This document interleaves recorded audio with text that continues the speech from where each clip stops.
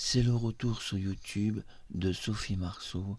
Je présente mon nouveau masque en 3 dimensions, qui est un masque qui est entièrement établi d'après le vrai visage de Sophie Marceau dans tous les angles, sauf que ce masque est entièrement virtualisé de l'artiste, mais c'est tous ses traits faciaux, c'est même la couleur de ses yeux.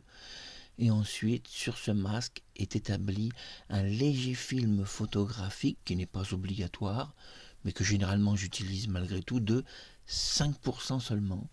Il n'y a pas besoin de plus puisque le masque est déjà complètement conforme à la réelle Sophie Marceau. Devant ma caméra, c'est incroyable, je deviens Sophie Marceau, âgée de 17 ans seulement.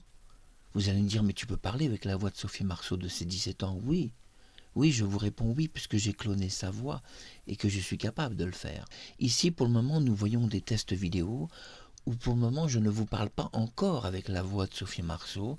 Je réserve ça pour le futur, même si c'est déjà possible aujourd'hui. Ça pose aucun problème technique. Mais pour le moment, on se concentre sur le masque 3D. C'est la nouvelle version qui a été établie il y a quelques heures. Cette nouvelle version arrive à une ambiance naturelle de tous les systèmes de lumière. Les artefacts sont de 0, c'est très important, il n'y a pas d'artefacts. Je vous présente aujourd'hui 2 vidéos. Sur YouTube, vous voyez la première vidéo, et puis je vous présente le tutoriel. Alors il existe 2 formes de 3D.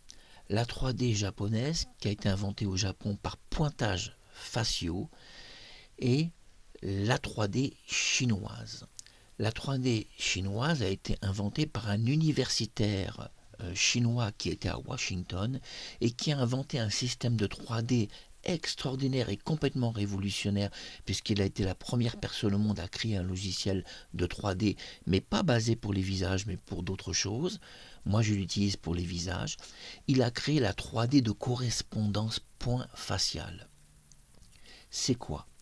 La correspondance de points consiste, à partir d'un cliché, de récupérer les concordances qu'il peut y avoir avec un autre cliché futur, c'est-à-dire qui n'est pas encore apparu dans la trame historique de votre player, si vous préférez, de votre lecture.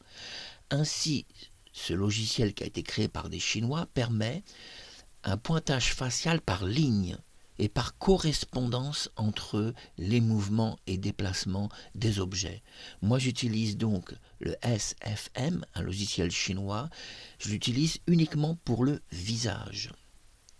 Donc j'ai été la première personne au monde à utiliser le pointage facial par alignement. C'est-à-dire que l'ordinateur calcule au futur le futur déplacement de la personne et lui donne une concordance parfaite. C'était Marc Harriman, on se donne rendez-vous ce soir pour la seconde vidéo en 4K de Sophie Marceau.